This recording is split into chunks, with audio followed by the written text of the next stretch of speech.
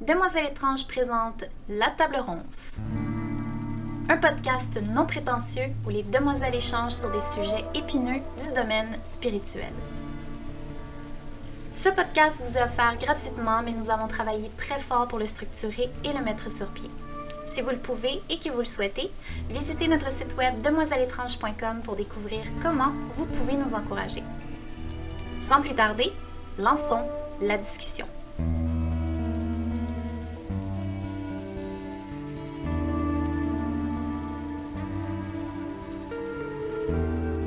Bienvenue au podcast numéro 7 de La Table Ronce. Ici Valérie de Demoiselles étranges et je suis accompagnée d'Alina.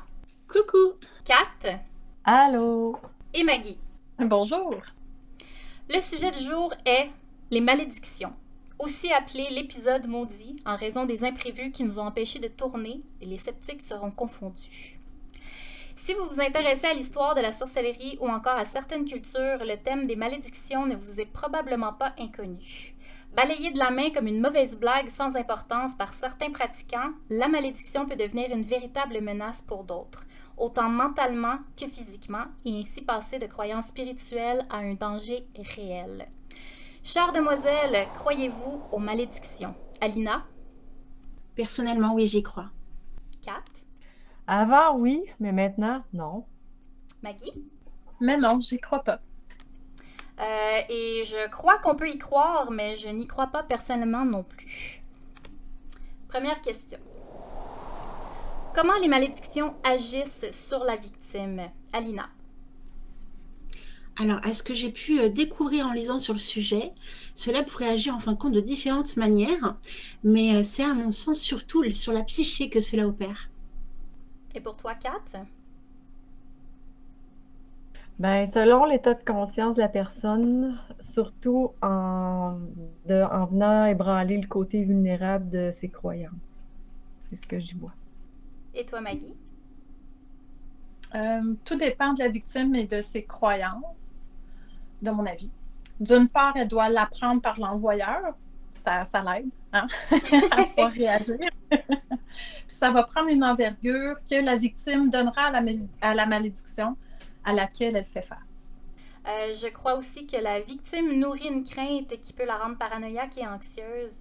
Du coup, toutes les malchances, tous les imprévus sont associés à cette croyance-là et ça devient très lourd à porter au quotidien.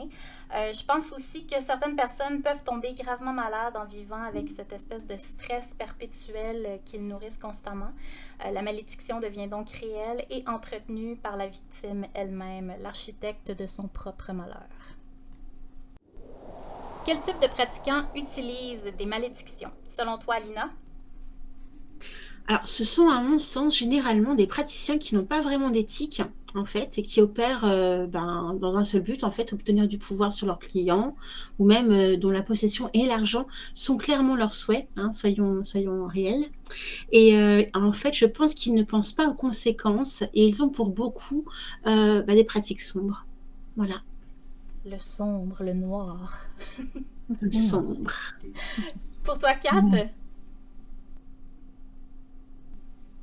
Ben, je crois fort que ce sont particulièrement les personnes qui n'ont pas confiance en eux, puis qui croient que c'est la faute d'autrui, des autres, si les choses ne fonctionnent pas comme ils le désirent.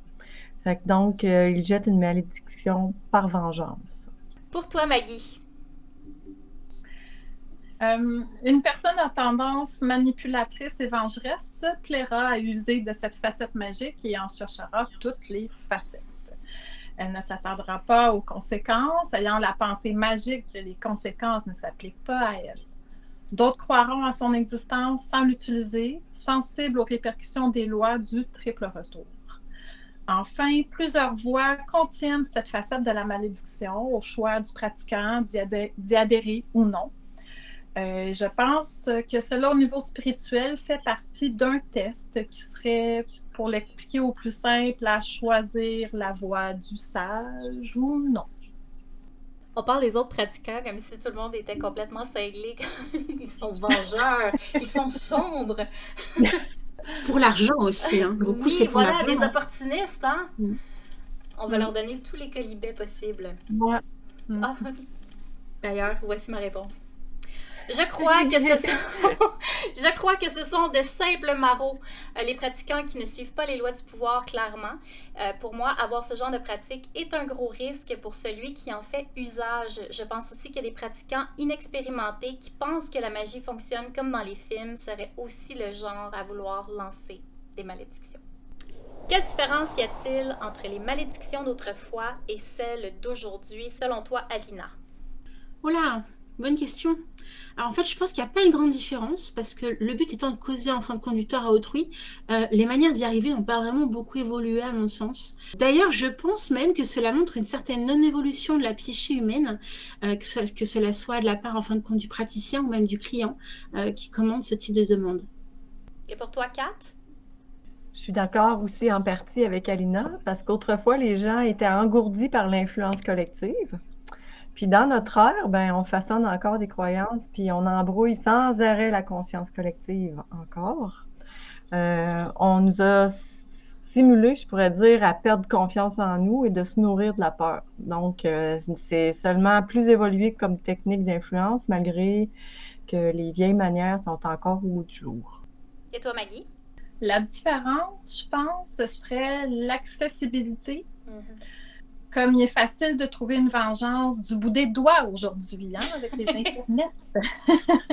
Ça va même dans le sens du monde d'aujourd'hui, peut-être, dans un monde qui tente de nous garder dans l'aspect individualiste et matérialiste, faisant fi de notre état d'être spirituel. On n'en entend pas tant parler de cet aspect-là maintenant. Tout est plus accessible, mais avons-nous la sagesse d'user de toute cette abondance? Est-ce que nos sociétés imprègnent en nous que le monde, la terre et la nature sont là pour nous servir au lieu d'en faire partie? Ça va demander un travail très long et très pénible pour le commun des mortels. Moi, selon mes recherches, je me suis rendu compte que la plupart des malédictions qui étaient autrefois lancées étaient lancées par des femmes contre des femmes. Donc, je pense que c'est encore comme ça aujourd'hui. En fait, je trouve que ça n'a pas vraiment évolué. Comme disait Alina plus tôt, je pense que c'est resté tel quel. Je pense que l'envie et la jalousie sont toujours des motifs valides pour ce genre de pratique-là. Mais si on retourne en arrière, c'était souvent des femmes qui lançaient des malédictions à d'autres femmes plus belles, plus jeunes, plus fertiles. Et ouais, je pense que les femmes, ça jouait dans les jupons des autres à ce moment-là, et dans ce sens-là. Passons maintenant aux questions du public.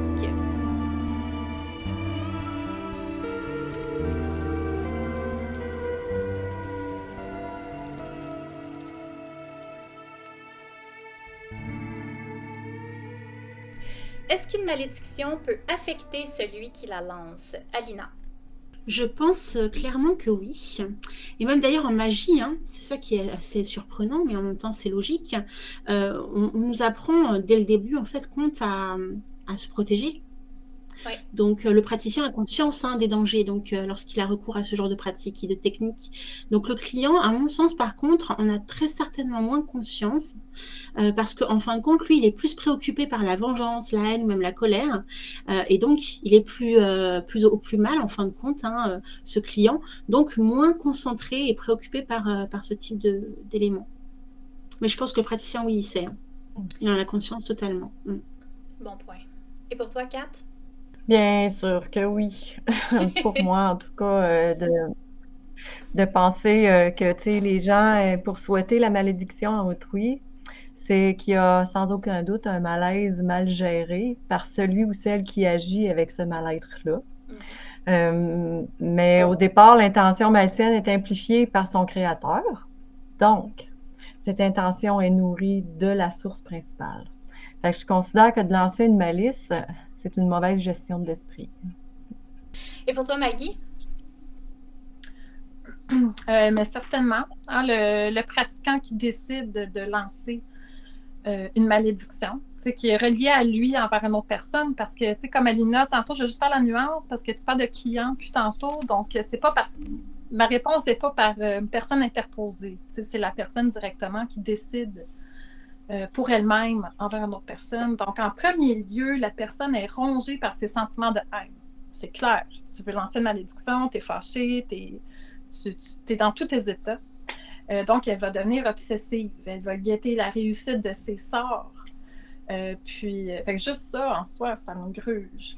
Enfin, la loi du retour, de la récolte de ce que nous semons est véritable dans toutes les facettes de notre vie. Donc, que j'y crois ou pas, je crois à ça. On amène à nous ce qu'on projette, spirituel ou non. Ça a été maintes fois prouvé en plus par des faits, des expériences scientifiques là, qui ont été validées. Là. Donc, il y a toutes sortes de façons de voir justement à quel point on a une influence sur la matière. Ça a été prouvé. Là. C'est pas juste dans notre tête, là. C'est vrai. Et même chose pour moi, n'en doutez jamais. Même un pratiquant d'expérience comprend les risques encourus à faire ce genre de rituel-là. Est-ce qu'on peut se protéger en tant que pratiquant qui lance une malédiction? Oui, mais jusqu'à un certain point. Mais moi aussi, je pense que toute action va avoir des répercussions et que les pratiquants sérieux le savent très bien. Prochaine question. Est-il possible qu'une malédiction affecte plusieurs générations? Alina. Oui, je pense que c'est tout à fait possible. C'est tout? C'est tout. J'ai pas eu l'expérience, alors je pense que c'est possible, mais je peux pas en dire plus. Et pour toi, Kat? Si dans les croyances familiales, ce sentiment-là est enseigné entre les générations, la conscience ancestrale se doit d'en être affectée inévitablement. Et encore, c'est d'enseigner le manque de confiance en soi à sa progéniture, si je peux dire, mais aussi à la communauté. Il existe des actes d'introspection pour aider à reprendre son pouvoir afin de l'utiliser à des fins nobles plutôt que sombres. Pour toi, Maggie? Des gens l'ont certainement dit dans des moments de rage, lancer des malédictions. J'imagine une sorcière à l'ombre bûchée qui crie ces mots de malédiction à maudire le monde entier. Des mots qui n'auront effet que sur ceux qui auront entendu, puis qui y croient forcément. Mais ce ne sera pas porté par les générations, à moins que la famille y accorde une importance démesurée et la cultive dans la famille, la nourrit.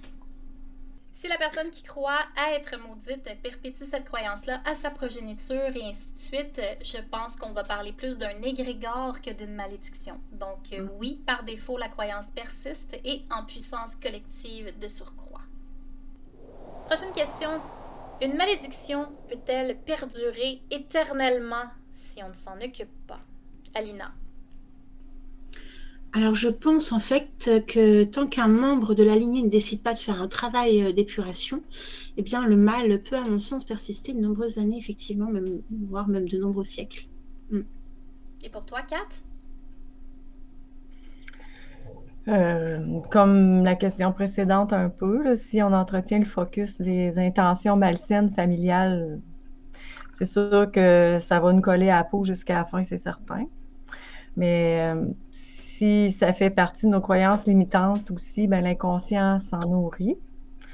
Fait qu'il existe des beaux rituels de lâcher prise là, qui peuvent être très efficaces pour se libérer de ces mauvaises énergies-là, puis de se sentir plus en confiance. Moi, j'ai utilisé ça pour me débarrasser de mes croyances limitantes, puis de penser que j'avais peut-être une malédiction. Donc, j'ai fait un petit nettoyage, puis ça m'a fait vraiment du bien. Puis c'est pour ça que je n'y crois plus. Et pour toi, Maggie? Moi, j'y crois pas. Donc, ça n'existe même pas, dans mon univers en tout cas. Ça existe seulement dans l'esprit de la personne qui l'envoie. Mais pour le croyant, j'imagine qu'il faut agir pour créer cet état en soi que la malédiction n'a plus d'emprise sur nous. Puis je vais même aller un petit peu au-delà de ça, en fait. Des fois, même si on n'y croit pas, le fait d'apprendre qu'une personne a fait ces gestes-là envers nous, c'est blessant.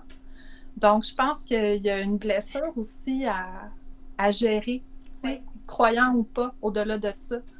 Je voulais au moins souligner aussi cet aspect-là. Moi, je pense aussi que si la crainte est maintenue soigneusement, alors oui, tout à fait. Mais je pense que si la croyance s'estompe au fil du temps ou encore plus logique, si la source de la supposée malédiction n'est plus, qu'elle trépasse, alors là, non. Évidemment. Je pense qu'il y a même des gens, peut-être, qui espèrent ça. Quand on a des questions chez Demoiselles Étranges à ce sujet-là, de gens qui disent « Ah, il y a quelqu'un qui me veut du mal ou quoi que ce soit, est-ce que je peux faire un rituel pour la bannir, pour qu'elle fasse plus de mal à personne? » Puis on peut pas bannir une personne, on peut pas bannir quelque chose qui est à l'extérieur de nous-mêmes ou de nos actions, nos sentiments ou autres. Donc c'est là que je me rends compte qu'il y a des gens qui espèrent secrètement que la personne qui leur veut du mal décède ou disparaisse ou autre. Fait que je pense pas que c'est nécessairement la bonne attitude à avoir, mesdames et messieurs. Comment peut-on savoir que nous sommes sous l'emprise d'une malédiction? Alors là, c'est un petit peu complexe comme question. Alina, qu'est-ce que tu pourrais répondre à ça? Alors, j'ai jamais eu ce genre d'expérience, donc je peux pas vraiment répondre à cette question. Par contre, j'ai pu lire à ce sujet, et sont généralement en fait des périodes d'intense sombrerie, donc encore le mot sombrerie, Sombre. voilà, les sombres, qui se mettent en place en fait dans la vie de la victime, mais de manière vraiment répétée, constamment. Donc, je sais pas. Au point où ce que ça devient littéralement une habitude. C'est ça, puis on n'est pas capable de voir la lumière à travers cette période de noirceur-là, finalement. Tout à fait. Et pour toi, Kat? Comme c'est très facile d'accuser l'autre de son propre malheur, la personne cherchera à trouver le coupable d'un acte maléfique extérieur à son égard. Si quelqu'un vous veut vraiment du mal et que vous avez le sentiment de connaître la source, le fait d'explorer son état d'âme face à cette personne peut grandement aider à couper le lien avec cette personne toxique ou vampirique. Si vous vous sentez mieux par la suite, la supposée malédiction disparaîtra et le tour sera joué. Et toi, Maggie? Pour que la malédiction prenne effet, je pense que c'est l'envoyeur qui va faire un signe quelque part, qui va se manifester par la médisance, le dépôt d'objets inusités aussi devant les portes. Sinon, c'est notre imagination, tout simplement, à penser que de perdre notre emploi, par exemple, est dû à une malédiction. Ça arrive à tout le monde, c'est pas extraordinaire du tout. Mais certaines personnes aiment cultiver la tragédie dans leur vie, sont très théâtrales et expliquent ce genre d'événement par une malédiction. En plus, avec l'histoire des réseaux sociaux où tout le monde se montre constamment, tu vois, le côté théâtral, je pense que ça pourrait vraiment apporter un public. Faire croire que je suis maudit et ça pourrait faire venir du public. Quelqu'un qui ferait croire ça, ouais. Ça rend la vie palpitante. Ouais. Il se passe quelque chose dans ta vie. Les potins.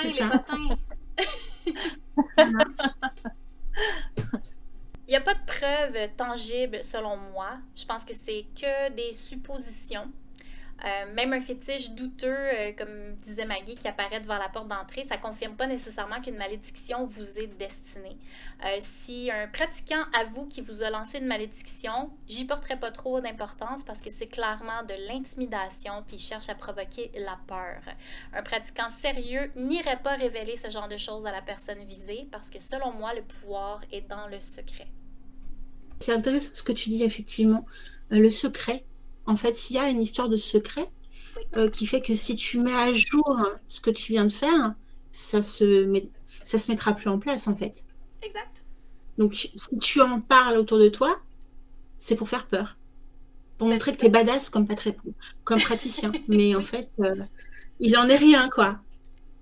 Prochaine question très intéressante. Est-ce qu'un objet peut porter en lui une malédiction? Alina. Alors oui, j'en suis vraiment convaincue parce qu'en plus j'ai une vision très animiste au niveau de la pratique. Donc je pense que les objets effectivement conservent les émotions, les énergies de leurs propriétaires notamment. Et si les objets ne sont pas purifiés, bien sûr, eh bien, ils peuvent devenir néfastes. Donc oui, quand on achète un objet, il faut le nettoyer, il faut le purifier, on ne sait jamais. Est-ce que tu as déjà fait l'expérience d'avoir un objet justement ou est-ce que tu as eu un ressenti très négatif en l'ayant en main?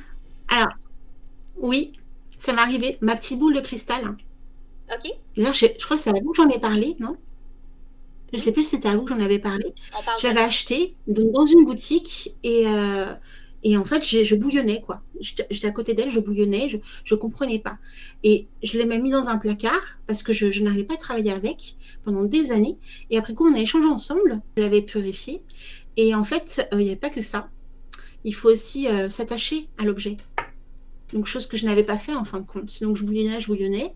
Et je l'avais peut-être pas assez purifié. Je m'étais surtout pas attachée à lui. Donc, ça fait que ça me provoquait des émotions physiques. Hein. Vraiment, j'étais dans un état... j'étais comme ça, quoi. À côté de cet objet. C'est un petit peu bizarre. Vous n'avez pas eu ça? Avoir comme un feeling, un sentiment par rapport à un objet, ressentir son énergie, moi, je crois à ça. Que tu parles de tisser les liens, comme moi, avec mon tarot, là, toutes les cartes, je les ai toutes regardées une par une pour les reconnaître. J'ai dormi avec pour tisser le lien avec. Moi, je crois à ça. Fait que oui, avoir à purifier un objet que tu ramènes parce que tu as l'impression qu'il est imprégné d'une énergie négative. Une histoire qu'un ami m'avait racontée, il est allé aux États-Unis, un endroit où c'est qu'il y a eu une tuerie d'Autochtones. Puis cet endroit porte cette énergie-là. Il y a un village entier qui a été décimé. Il avait ramené, il y a des pins qui grandissent là-bas, puis il a ramené des aiguilles de pin. Il les avait données à sa copine. Puis 2-3 nuits plus tard, elle lui dit « Hey, je fais des cauchemars, je suis pas capable de dormir. » Puis il lui demande « Les aiguilles de pin, où est-ce que tu les as mis? » Elle dit « À côté de mon lit. » Il dit « Ben là, à quoi tu penses? » Son croyance, plus, elle n'y a pas pensé. Est-ce que moi, un beau cadeau d'un endroit marquant, mais elle n'a pas pensé que ça pouvait lui amener des cauchemars. Puis après ça, elle l'a déplacé, puis ça a été correct, mais ça peut être aussi puissant que ça. Là. Kat, t'avais une anecdote? Ben, je suis déjà allée dans une brocante, puis j'étais avec une des demoiselles, justement, puis j'avais trouvé, je me cherchais des chandeliers, des super beaux chandeliers que j'ai trouvés sur place. Puis c'était quand même assez grand, puis je les avais dans les mains pendant un bon moment avant d'aller à la caisse. Puis quand je suis venue pour aller à la caisse, j'ai tellement, mais tellement eu chaud, je filais vraiment pas, là. C'est comme si on m'avait donné une claque en arrière de la tête. J'ai comme parti, puis j'étais allée les déposer là. Fait qu'elle me regarde, elle dit, «Tu prends pas?» Non, vraiment pas, faut pas que j'y prenne, tu sais. C'est comme une énergie, là, qui m'était rentrée dedans, là. Fait que oui, pour que ça fasse ça, là, tu sais, j'ai fait comme non, là, je les prends pas. Fait que ça a été très surprenant, puis très aussi déstabilisant de voir qu'il y a des énergies qui peuvent être résiduelles, là, tu sais. D'ailleurs, ça peut influencer n'importe quelle vibration d'un objet. Puis, comme il est aussi possible d'être gorgé d'une énergie malsaine envers quelqu'un aussi, qui vient de quelqu'un. Comme j'ai déjà mentionné auparavant, chaque objet nous attache à un souvenir. Donc, s'il nous rappelle une mauvaise intention, il vaut mieux couper le lien avec cet objet aussi. Toi, Maggie? Mais dans certaines croyances, il y a des objets, oui, qui peuvent porter malédiction. Je vais donner l'exemple. Il y a eu un film là-dessus, hein, la boîte à Dybbuk dans la tradition juive.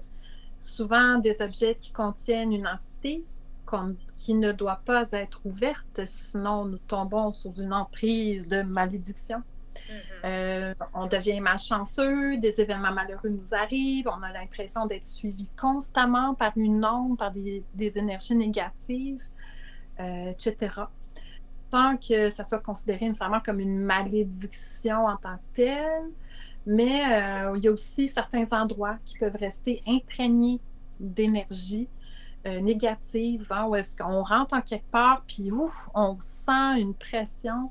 Donc, ça peut même s'accrocher à nous pendant un certain temps, dépendamment de notre sensibilité. Mais ça, le rendu là, c'est au-delà de la malédiction, mais c'est un petit peu comme qu'est-ce qu'on parlait un peu avant, Alina, là, au-delà de la malédiction, on a des ressentis par rapport aux objets. Puis comme tu disais, Kat, aussi, là, que c'est ça, énergie résiduelle, positive ou négative. Oui, effectivement, les énergies négatives stagnent. On en a souvent parlé dans nos cours qu'il fallait purifier pour cette raison-là parce que ça devient lourd, ça devient pesant. Et c'est comme ça pour les demeures en nous, dans les objets aussi. Mais encore une fois, je pense que Si on le ressent et qu'on répand cette croyance-là, l'énergie ne fait que gagner en puissance et donc on contribue à cette soi-disant malédiction-là. Moi, j'ai un drôle de connexion avec certains objets qui me reviennent constamment, même quand j'en veux plus. Et je déclare forfait après un certain temps, puis je me dis, ben coudonc, elle va rester ici, hein? On va faire avec, tout simplement. Je vous donne l'exemple d'un attamé, j'en ai déjà parlé. Et quand je l'ai reçu, il était beaucoup plus grand que ce que j'avais demandé. Et du coup, ben bon, c'est pesant, là. Je voulais pas travailler avec, donc j'ai fini par le donner à un de mes amis qui pratique également. Il a fait 1 mois avec. Puis un soir, on s'est retrouvés pour une soirée Covid, puis il m'a dit, sais-tu quoi? Je peux pas le garder, il n'y a pas de connexion, puis je me sens bizarre quand je l'ai. Bref, il me redonne la tamée, je me retrouve avec la tamée encore une fois, puis je me dis, bon, ben coudonc, hein? Là, on fait un salon ésotérique, puis je me dis, tiens, je vais l'amener, je vais peut-être le vendre. Quelqu'un l'achète le samedi. Le dimanche, il me le retourne. Il m'a dit, écoute, je m'excuse, je vais te demander de me rembourser parce que je sais pas pourquoi, il m'arrive plein de malchance depuis hier, puis il dit, tout ce qui a changé dans ma vie, tout ce qui vient d'intégrer ma vie qui n'était pas là avant samedi, c'est la tamée. Fait qu'il dit, je te le redonne. Il dit, rembourse-moi, je fais pas confiance à cet outil-là. Et wow. Je l'ai toujours. Prochaine question, y a-t-il des moyens de se protéger des malédictions? Alina. Alors, je pense en fait déjà de ne pas croire aide grandement en fait. Cela enlève le pouvoir qu'il peut avoir en nous, cette croyance. Et je pense que la psyché joue à mon sens un rôle hyper important. Donc si quelque chose nous arrive, ne pas systématiquement penser qu'une malédiction ou qu'un travail occulte a été fait sur nous. On peut aussi, à mon sens, sans le vouloir, même devenir notre propre bourreau et nous infliger des blessures en fait à force de devenir même parano et consulter. C'est important si c'est nécessaire et ça me semble vraiment judicieux. Et ensuite, c'est bien ne jamais laisser en fin de compte le doute s'installer dans notre esprit. C'est-à-dire l'énergie, quelle qu'elle soit, doit toujours être fluide et circuler, voilà, de toutes parts. Alors, il existe également des plantes et différentes méthodes de purification à connaître et à utiliser, mais je pense vraiment que la plus grande force, en fait, reste, à mon sens, celle de notre état émotionnel. Voilà, prendre soin de soi, se connaître soi-même, sont, je pense, vraiment des clés essentielles pour affronter ce type d'épreuves et de problèmes, quoi. Et pour toi, Kat? Moi, je crois qu'il y en a tout plein. C'est sûr que ça dépend de quel point de vue on voit ça, parce que ayant vécu quelques expériences provenant de cette croyance malsaine dans un passé lointain, j'ai compris que dorénavant, il n'y avait plus de place pour ce genre d'influence-là dans ma vie. J'y ai mis fin assez radicalement, disons. J'ai commencé par couper les liens avec certaines personnes pour éviter de m'empoisonner inconsciemment. Puis, dès que je me sentais vulnérable aux énergies qui ne me convenaient pas, je me suis entourée de ma sphère lumineuse que je fais depuis que je suis toute petite, toute jeune. Donc, c'est ma façon à moi. Puis aujourd'hui, je baigne plus du tout dans ces fausses croyances-là. Rares sont les fois où que je dois me soi-disant protéger d'une malédiction. J'ai réalisé que c'était qu'une mauvaise gestion de ma confiance en moi. Fait que c'est mon point de vue pour la malédiction, de savoir comment s'en débarrasser, si on peut dire. Et toi, Maggie? Comment s'en protéger? Ne pas y croire règle le problème. Hein? Mais sinon, il y a plusieurs actions qui peuvent être faites pour protéger notre esprit ou encore protéger notre demeure, par exemple. Certaines voies ont des actions bien spécifiques, des rituels bien spécifiques. Sinon, on peut créer des sigils, user de mots de pouvoir, d'objets de pouvoir, de talismans. L'éventail est infini. Du même avis que toi, Maggie, donc, sauf en faire fi, il existe plusieurs méthodes de protection rituelle qui peuvent venir apaiser l'esprit, comme des amulettes de protection. Moi, je crois beaucoup au pouvoir de porter un miroir sur soi. C'est quelque chose qui m'a été très utile quand il y avait beaucoup de négativité autour de moi, une espèce de renvoi à l'expéditeur. Et ensuite, tout dépend des croyances et de votre pratique personnelle. Donc, ce qui vous fait sentir protégé, utilisez-le tout simplement. Est-ce qu'on peut bannir une malédiction et la renvoyer dans les terres? Alina. Je pense très sincèrement que c'est possible. Et même tout est question, à mon sens, de perception, de volonté et de croyance, en fait. Donc, si je souhaite bannir quelque chose et que j'y crois au plus profond de moi, eh bien, je suis capable de le faire et de me relever. Donc, oui, énormément oui. Et toi, Kat? Pour ma part, plutôt que de bannir cette pensée ou cette action, je vais plutôt lui donner son pouvoir bénéfique en changeant son sens au positif pour l'utiliser à mon avantage. Maggie? Bannir, ben oui. L'image d'un petit nuage noir qui se dissout dans l'éther en faire place à un soleil, par exemple, fait grand sens pour moi, oui. J'utilise la technique du ricochet. Je renvoie l'expédition. Miroir, ricochet. Oui, absolument, mais il faut se rappeler qu'un bannissement travaille uniquement sur l'effet que quelqu'un ou que quelque chose a sur nous. On ne peut pas bannir la personne qui nous a lancé la malédiction ou la malédiction en tant que telle, selon moi. On peut bannir l'effet. Donc, je pense que la première chose à faire, c'est de se calmer, de se placer dans un état d'esprit qui est différent pour que le bannissement agisse correctement. Parce que c'est un peu ça qu'on cherche à faire. On veut retrouver Notre paix intérieure. Ah, voilà! On veut retrouver notre paix intérieure, on veut retrouver notre sérénité. Donc, on veut le plus possible bannir ce qui nous empoisonne la vie et non pas... ça peut pas être pris dans le sens concret du terme quand il est question de bannissement. Donc, on bannit, mais il faut que ce soit vraiment par rapport à nous et non pas à ce qui est de l'extérieur. Ce que l'extérieur a comme effet sur nous, oui. L'extérieur, non. Je suis d'accord. Les pratiquants avisés sauront. Dernière question. Selon vous, quelle serait la pire malédiction qu'on peut recevoir? Alina. Je pense vraiment, pour moi, hein, la pire, c'est la mort. Voilà, pour moi, c'est la plus terrible. Recevoir la mort. En même temps, on n'est plus là. Ouais. Mais bon, en même temps, c'est quand même grave. Hein. Je trouve que c'est très grave de souhaiter la mort de quelqu'un. C'est Ah ben un vrai oui, problème quand même. faut être malsain, là. Mm. Ça tourne ouais, pas total. rond, là. Mm. Pour toi, Kat? Ben, moi, c'est plus côté peut-être plus spirituel et puis psychologique, je dirais. Ben, c'est de ne pas croire en soi, de laisser les autres prendre contrôle sur notre essence profonde, puis d'accepter les mantras négatifs des gens que nous considérons, mais qu'en réalité, qui en ont rien à foutre de nous. Ah, tu soulignes un très bon point, Kat, là. Merci. Quelque chose qu'on a tous et toutes vécu, j'en suis convaincue. Mm. Pour toi, Maggie? Que j'ai pu voir dans des documentaires ou lire concernant des tribus primitives.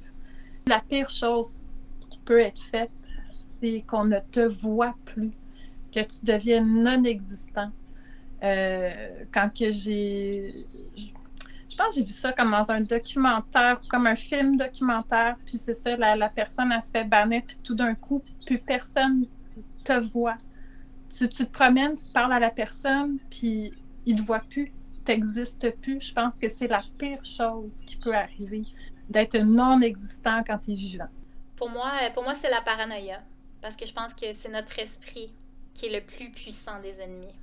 Donc, tout ce qu'on est capable de se créer nous-mêmes dans notre tête, les scénarios, le manque de confiance en soi, justement, qui peut venir littéralement d'une source profonde d'insécurité ou quoi que ce soit. Mais je pense que la paranoïa, c'est ce qui fait le plus de dommages. Pas seulement pour toi-même, mais pour tout ton entourage autour. Parce que ça te gruge, puis ça va venir...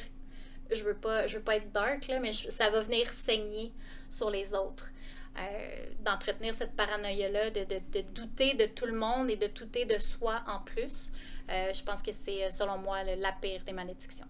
Conseil des demoiselles. Alina, si tu avais quelque chose, un petit mot de la fin à dire, ce serait quoi par rapport aux malédictions?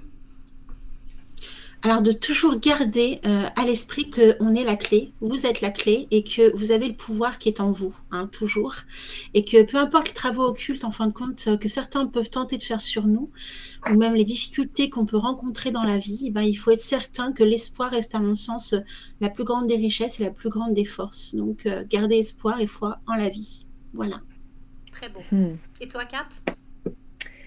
Ben, la malédiction, elle perdure depuis la nuit des temps, surtout dans la littérature et verbalement. Cela signifie de faire du mal à autrui ou de restreindre sa liberté. C'est un aspect qui vient de très loin puis qui vient de vieilles traditions aussi. Donc, commencez par changer votre discours intérieur en vous attribuant des pensées saines envers vous. Alors, votre petite voix sera communiquée avec votre esprit avec gratitude. Vous éviterez de vous faire de l'auto-sabotage avec un malédiction, si on peut vraiment jouer avec le mot. Hein? Et prenez confiance en vous et que cette énergie soit. La petite phrase magique de Kat par excellence. Et que cette énergie soit. Que cette énergie soit. Et toi, Maggie? Moi, je dirais, bâtissez vos croyances par l'étude, sondez-les. Travaillez sur les aspects positifs de celle-ci. Gardez en tête que la voie spirituelle est le travail de l'élévation de votre esprit. Les travaux de malédiction et autres types de travaux dans cette veine ne sont que des distractions. Ah, sage parole. Ouais. Pour moi, mon conseil va être court et expéditif, fidèle à moi-même. Suivez les lois du pouvoir, connaissez votre art et vous pourrez faire face à tout. Bravo! Bravo pour ce podcast! Pour conclure ce podcast, merci aux demoiselles d'avoir échangé et partagé avec nous, mais surtout, merci à vous, chers auditeurs. Nous espérons que cette discussion vous a fait réfléchir et inspirer sur votre propre vision des choses. Faites-nous part de vos opinions et commentaires en nous écrivant sur cette plateforme ou via notre site web demoiselleétrange.com, votre référence en magie naturelle depuis 2009.